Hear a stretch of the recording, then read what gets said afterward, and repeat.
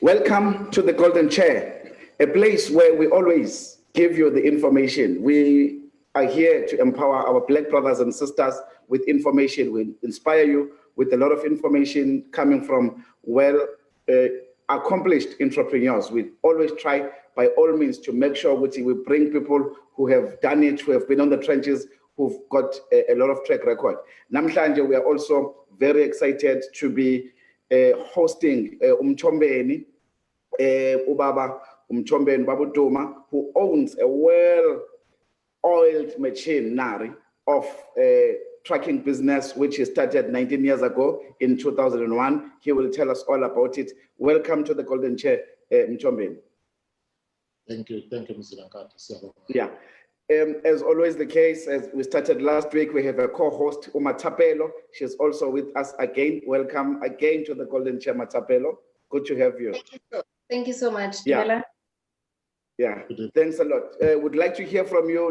Leave your questions, leave your comments on the comment section. Tell us where you are watching us from. Would like to hear from you.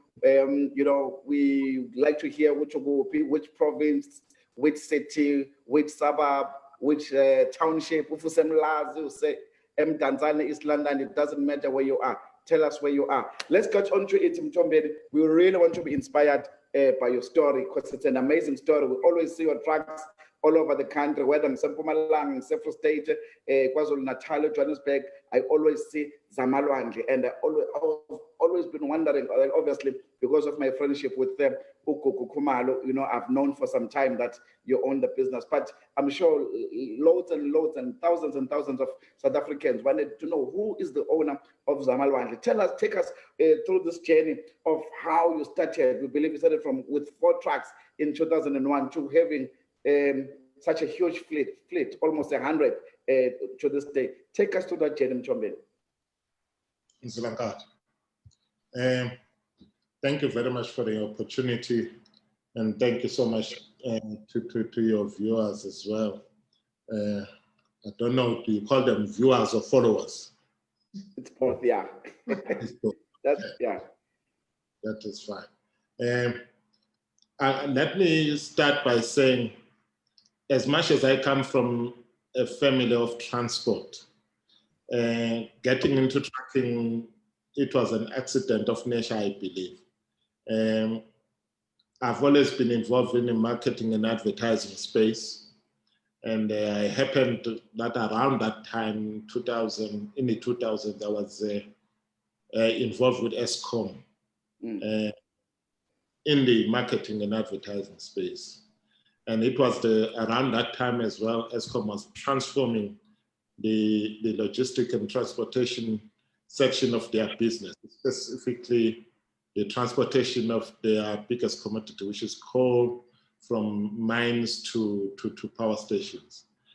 That space had been dominated by white-owned businesses. I can imagine.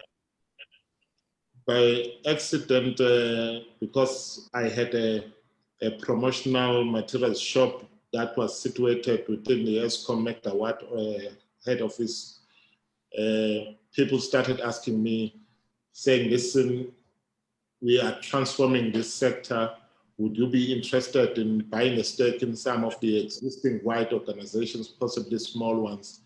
And I took an interest in it. And I indeed bought 60% of one of the smallest service providers there. I remember they had 4 back tippers at a time. I paid for 60% of that. That was then the initial entry for me into the transportation. And Eskom at the time, instead of those 4 back tipper trucks, the contract was up to 8 side tipper trucks and allocated a route. That's where we started. Wow. And to get here, the journey, take us, And from there, obviously, because for me, whatever that I do, whatever business, in fact, transportation was my second business.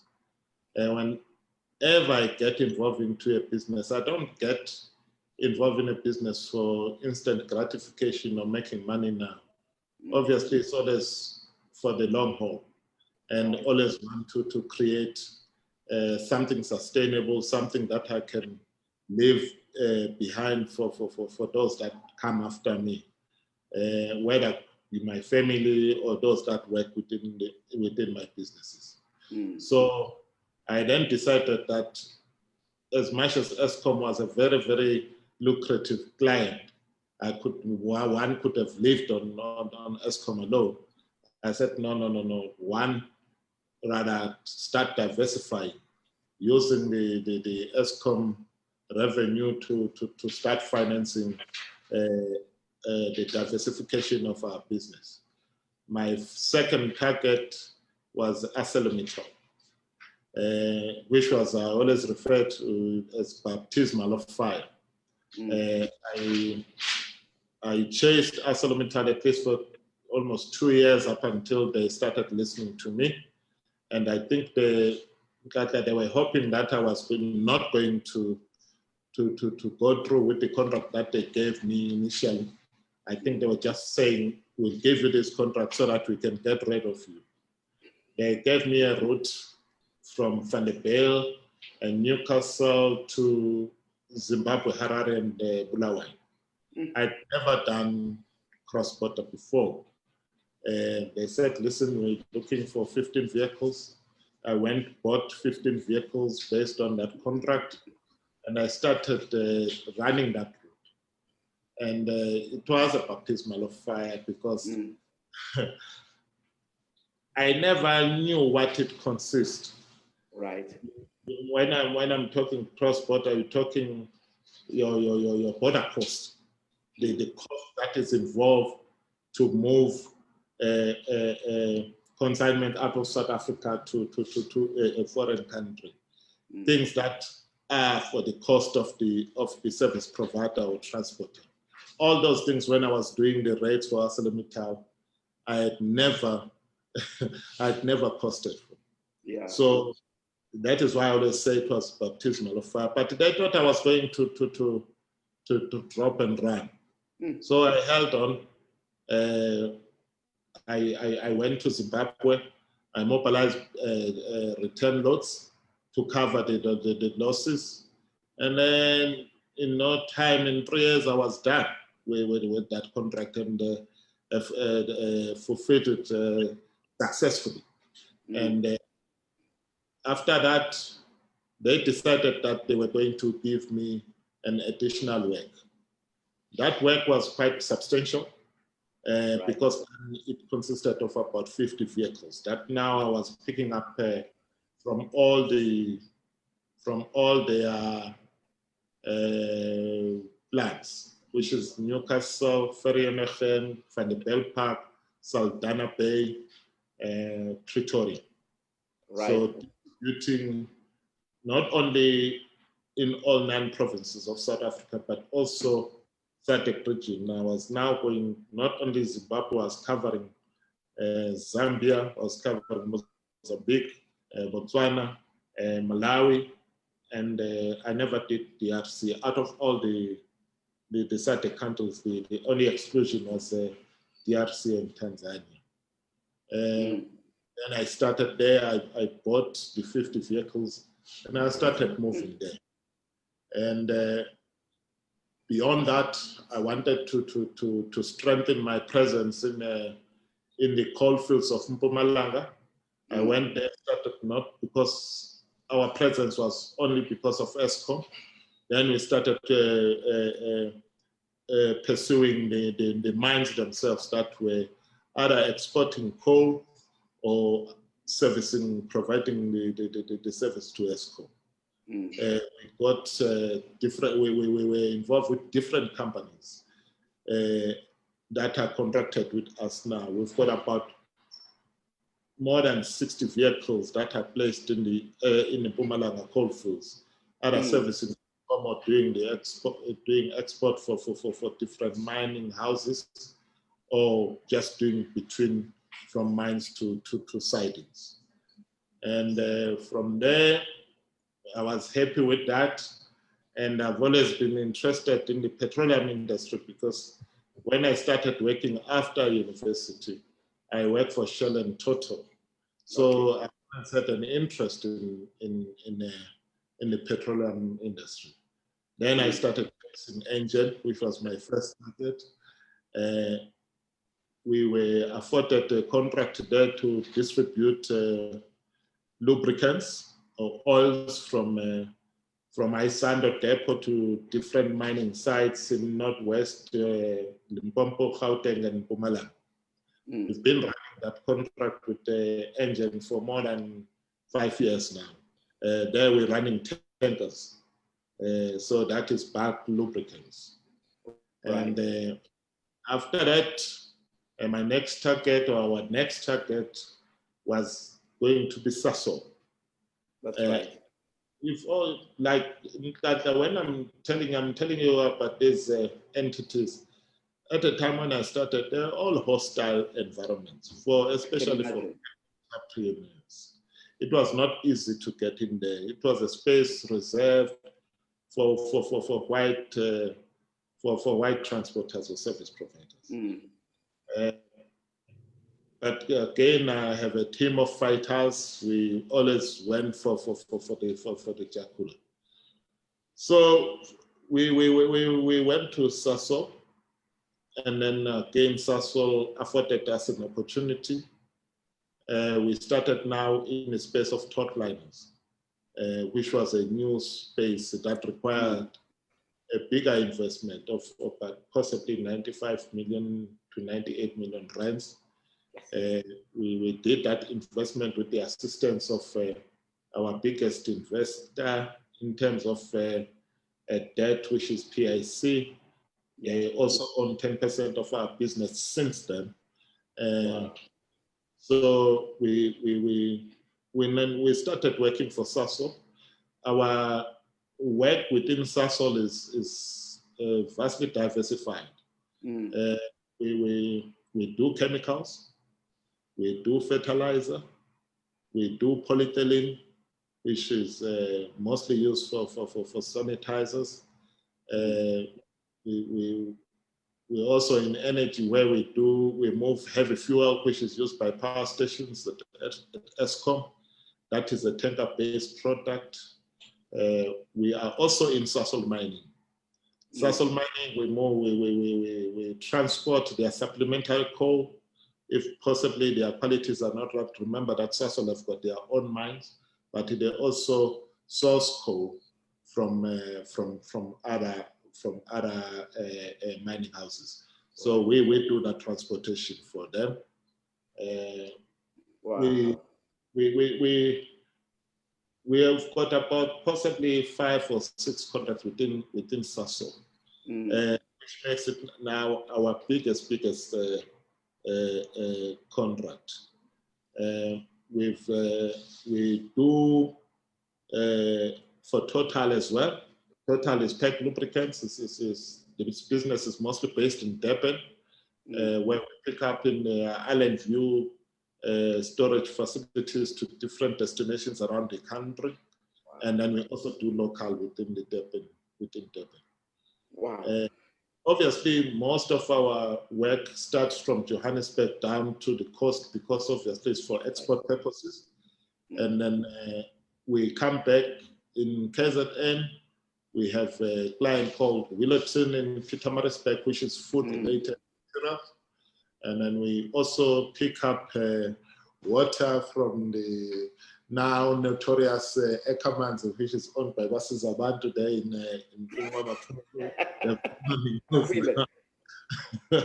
So we've been moving their water well, because obviously of the reputational damage that they've suffered. The movement has gone down. We're hoping that time progresses, they'll be able to find their ways and then pick up there. And we obviously quite a lot of ad hocs out of and Cape Town. Yes. Yeah. Mtombeni, if I hear you, you're basically saying you are in the petroleum space, in the energy space, in the mining space, in the food space, literally most of the industries you have covered. And you're not just South African based, you're doing the whole region of the SADC region. Have you done anything beyond the SADC region, outside of the SADC, other than the SADC region? I know you had mentioned. Have you done anything beyond that? Nkata, what we have done, we wanted to start and strengthening the transportation part. But our aim and our vision is to cover the full value chain of logistics. Obviously, once we've covered SADC in the transportation, our next goal is to move into warehousing, which is what we are working on now. And then after warehousing, we're now moving to clearing and forwarding. So we do believe, I don't think we have covered the whole industry. South Africa is quite big, it's massive. The opportunities are massive, but at least what we have been able to capture allows us at least to move to the next stage of our effort, warehousing, and then lastly, clearing and forwarding. You're basically saying you're building a logistics business. Yeah, thanks a lot, Mchombeni, for that amazing introduction. I see people are inspired. The owner of Fila, whom we hosted 2 months ago, he's saying, I'm inspired already. When you started speaking, within the first 2-3 minutes, a lot of our friends are watching. Abel Njilo, Tolan Zoza, there's Rampum Pilo saying greetings from Miatin, Tolan Zoza from Mbali, Nkundleni Mtembu from Richards Bay, Choba Taban Ntuli from Umlazi. There's so much. I'm going to quote other colleagues, Asanda, etc., etc. Let me hand over to Mathapelo to continue with the questions. Thank you so much. And Dr. Duma, I think your story is very inspiring. Like listening to it already, I can see the type of work that you do and the vast majority of sectors that you cover, which is what I think is most inspiring for people of color, specifically us Black people, to be occupying such spaces. So what I wanted to find out from you is, when did you think, or when did you start seeing that you need to increase the trucks and according to the demand of what what the industry needs? And more specifically, I want to understand what drove you to reinvest into the business, to say, this is actually the industry that I need to grow in, and I would be driven by this specific thing to buy more trucks to have a fleet that you have now. Okay, I'll give you twofold answers. There's the emotional part, and then there's the professional part. Right. Start with the professional part. The professional part is the opportunities that are at our disposal as a Black service provider. The industry, or the transportation industry, as you know, historically is dominated by the other race. So most of the clients that we move for, they've been looking for a Black-owned, Black-managed service provider. So that really increased our chances in the industry. So the opportunities were there, and then obviously the growth became automatic. Because if you go to Sasol and they say, okay, we're giving you more and giving you more, that means more vehicles, more capacity, more people. That is the professional side, the business side.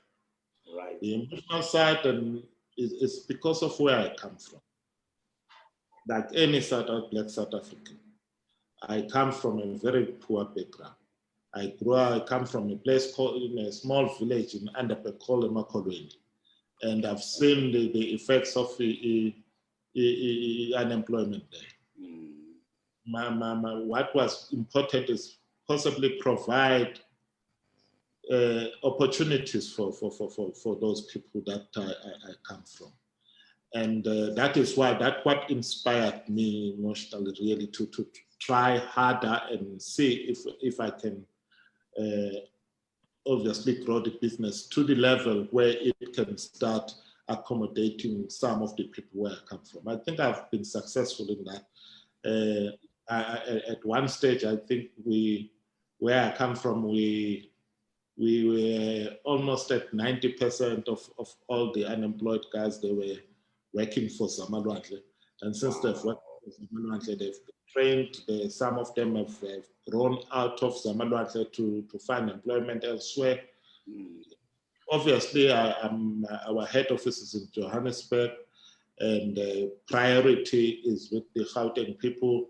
But at least we were able to create that balance to accommodate those that are coming from where I come from, and then obviously make sure that I look after the people where I operate. So those are the two things really that have been the driving force behind the growth of the company.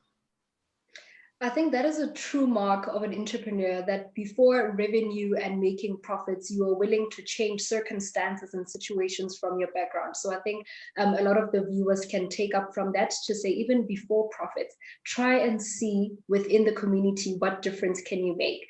Just a follow-up question to that is that, contrary to other industries, the trucking and logistics company actually performed better in terms of demand and revenue during level 1. I just want to pick your brain and ask, what do you think has been the effect of the lockdown level 1 on the trucking and logistics businesses?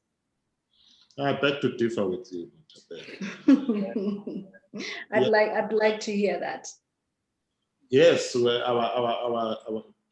trucks were the only vehicles that were seen on the freeways during the lockdown, because obviously we needed to deliver important services to the people of South Africa. Right. But now, let me make it, I'll simplify this for you. When I pick up a load from here in Johannesburg to Durban, the client pays me one way.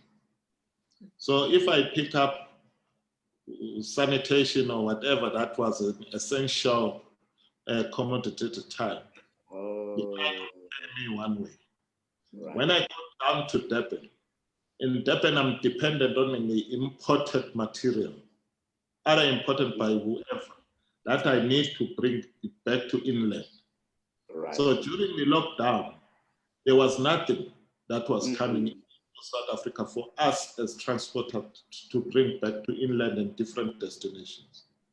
Secondly, all the border posts, let's say if I'm doing Zimbabwe, Mozambique, and all these border posts were closed. So we couldn't pick up material out of Sasso or Engen to cross-border because of all this. But I think possibly I would say some section of the transportation industry was lucky because some of the big organizations, if you work for big organizations who understood the situation and the conditions at the time, they'll say, okay, go down and come back, we will cover the cost of your diesel coming back. So some people survive because of, but those that are not in that position, they suffered a lot. If you look at the transportation industry, it's been affected a great deal. The biggest major players are closing down. There's a list of them, starting from the Ballowworld division of Imperial, your mainline, all those guys, they are closing down they are closing their doors because of COVID. So those are the things that, so I would not certainly agree with you. Yes, our trucks, we had visibility during the time, but didn't necessarily mean that we were being profitable. So I would say for us, we were operating at 40% capacity at the time. Yeah. Well, I am aware of a few other companies as well that have closed. Time Freight is one of them. There's quite a few. It's been very tough.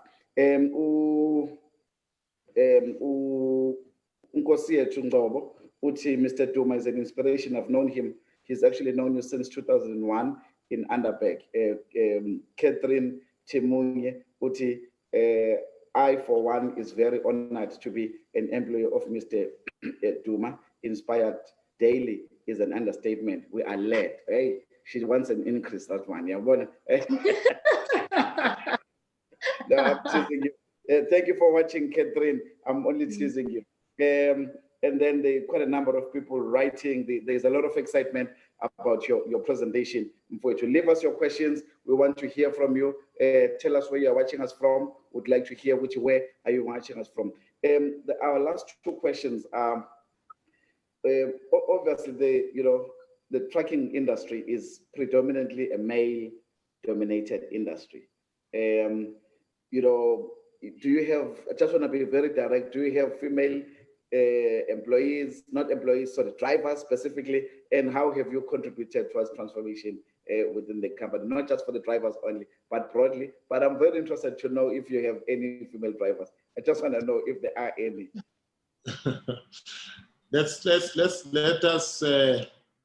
Let me highlight something. I've got 6 managers that lead Zamalwandle. 4 of those managers are women. Wow. Yay! The critical point of section of the business, which is finance, is led by a woman. Yeah. My wife, who's a shareholder with me, does the day-to-day of the business because I have to be out there looking for work. So mostly, is Zamalwandle in the leadership and the administrative section, it is run and dominated by women. Wow. Sometimes it's, I don't want to get into trouble here, but the other guys get really jealous, those that are males, because this whole company is really run by women. With regards to female drivers, we had not had before. I will tell you why. Because our clients insist that each and every driver that is employed at Zamalwandle has to have been driving at least for no less than 6 years. So the female drivers are very, very, very scarce. And but now we've got a new HR manager who has taken it upon herself to make sure that at least by 2021 we'll be able to get quite a serious number of female drivers. If possibly we have another meeting of this nation next year, then I'll be able to report to you a sizable number of female drivers that will be in the employ of Zamalwandle. Wow. Okay, Mathapelo. That is very, very interesting. I think what I want to know more beyond this point is, what are some of the toughest principles that you've had to learn when 100 trucks just looked like a pipe dream? So you started out with a couple, and then you wanted to figure out and see the vision of 100 trucks, which is what you more or less plus have in the company right now. So I want to know, what is the toughest principle that you had to learn for you to get there? Mathapelo, 20 trucks is very good. It's better, it's more manageable, it gives you sleep at night. The minute you start 100, these are mean machines. So you have sleepless night because they operate 24/7. So now you think safety. Will all my trucks, when I wake up, they still be in one piece? The driver in it, will he still be in one piece? I will not be getting any phone call that the truck has caused damage, caused a loss of life, all those issues. That is first and foremost. It's not remember, it gets to 100 because by accident, because of the growth that is out there. It's not necessarily, it's not always intentional, but first and foremost is safety that you have to think about. Now you get to 100. 100 means, can I sustain? Can I keep it at 100 and go beyond? So you have to make sure that your systems, your operational systems are kosher, are up to scratch.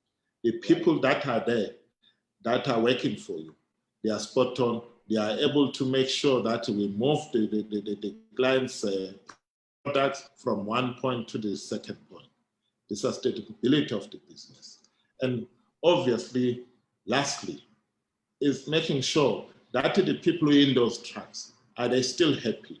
Am I adhering to all the bargaining council requirements? The conditions are proper. The Department of Labor, I adhere to all those things. It becomes a nightmare of some sort because the responsibilities are more. We are responsible for hundreds and hundreds of people, including those people that we are driving alongside with. So it becomes a very, very, very difficult. So you have to make sure that your safety is proper, your sustainability interventions are proper, your human resource is proper, well-trained, and then the drivers and the rest of the people that are employed in the company are well taken care of, highly motivated to fulfill that responsibility.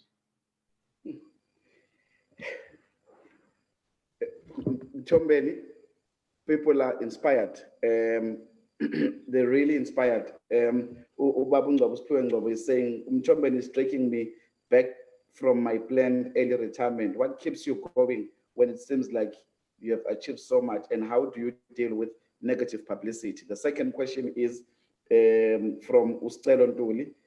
Uti, is it advisable to work with family members, for example, your wife and kids joining the business? How do you handle work and family conflict? That will be the last question we are putting to you. First one is, how do you handle negative publicity? The second one from Duma is saying, how do you deal with family dynamics, work and family conflict? Yeah. Okay. What can I say? The minute you employ more than 300 people, you've got vehicles with your branding. Let me give you an example. Wherever I go, let's say, I'll give you a specific example. I load for Sasol in Secunda to Rustenburg.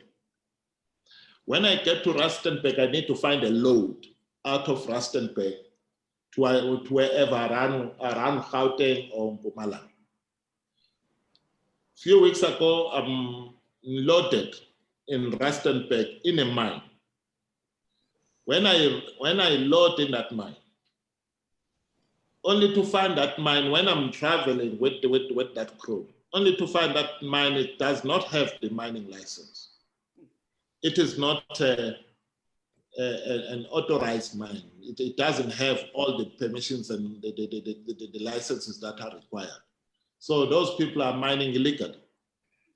But they've given work to me and I loaded because I didn't ask if when do you have a license to broadcast or do this and do whatever that you right. So, and then I get stopped and the Hawks are called on me. And then all of a sudden my name is on Twitter. You see, and you just stick by the truth and the integrity, because I'm an honest entrepreneur. I'm known. I know where people. I know where they find me. They look at the type of the businesses that I do business with. They are all multinationals. All of them are of high standards and highest integrity. So I've never, you don't intentionally get into trouble, but because of the people that you did, you get into trouble, but you just have to stand your ground and say, listen, these are our beliefs, this is who we are. And then people will make the correct judgment as time progresses. But because of the type and the nature of our businesses, we'll always get into trouble now and again. With regards to family, my business is a family business. Started by myself and my wife. My brother and my sister, the opportunities of employment in South Africa are scarce. So this, for me, it provides those that are related to me first and foremost. My children, my nephews and my nieces, an opportunity to, when they finish university, they can come and be employed here. Yes, it is not easy. They take liberties, but I just have to be firm. And I've been very lucky that those that have been employed by Zamalwandle, they are told the line, they do understand, but the human beings are human beings. There's weaknesses and there's strengths, but there are challenges, but we have to learn to deal with those challenges. There's lots of businesses that are family owned and developed, especially in South Africa. South Africa, the economy is led by families. So it's really, it's just making sure that we drive the family towards the same vision as the founder of the business. Yeah, wow. Really inspired. Before I give to Mathapelo for the final word of gratitude to you, I just want to make an announcement. Thanks a lot, Mtombeni first. I mean, we're really, really inspired. I'm sure the viewers are inspired. I'm also personally inspired by the great that you are doing. The announcement is that you remember about a month ago, maybe 6 weeks ago, I spoke about a number of issues that the country is facing. And one of the solutions was, let us create our own markets as Black people. So I then went to Mbongiseni District Council, met with the team there yesterday. We had been speaking for them for some time, but yesterday we concluded a deal that the flea market, we're going to hold our first flea market in Dumiso, in Pietermaritzburg, Mbali. It's going to be the first one. It's a partnership between the Golden Chair and Mbongiseni District Council. So the municipality is backing us to make sure that it happens. It will not be taken over by the municipality, but they're just using their machinery to make sure that it becomes successful. I will be releasing more details. It will be on the 19th of December, 7 o'clock in the morning, 7 to 11. There'll be artists, there'll be everything. It's a beautiful family day where it's in a stadium in Dumiso University, DUT University in that stadium. So there will be sufficient parking, but you'll be releasing more details as I'm meeting the municipality on Monday again. So we are really excited. Those vendors who want to come are not going to pay anything. It is for free, but we'll be giving you more details over the next few weeks. We really, siyabonga Mtombeni. Let me give to Mathapelo ukuthi abonge kahle. She will mix isiZulu, isiSotho, and everything. I really hope Ndata Mtombeni can hear Sesotho. If you don't, in the unfortunate event where Ndata Mtombeni you don't understand Sesotho, we'd like to pass our most sincere words of gratitude to say, Re a leboha. Thank you, Siyabonga Uguti. There are still people like you in the industry who are still willing to fight for the spirit and culture of entrepreneurship, even through these trying times. I can imagine how stressful it must be having employed over plus 300 people in such an economy. And we commend you for your entrepreneurial spirit that continues to persevere and continue to create opportunities for those less fortunate. And we commend you as well for continuously being a problem solver, seeking towards solving the problems of your community. Because if I understood correctly, what drove you towards the vision that you are at now is the fact that you wanted to go back to your community and say, you know what? I don't want to leave this community in the same condition that I found it, which is with the high unemployment rate, and you came in and your business solved exactly that problem. And that is the true essence of entrepreneurship. And I would like to say thank you, Re a leboha. Keep on keeping on. The economy is nothing. So it just simply means without you, we wouldn't be anything in this economy. So thank you so much. Thank you. Niphile Mtombeni.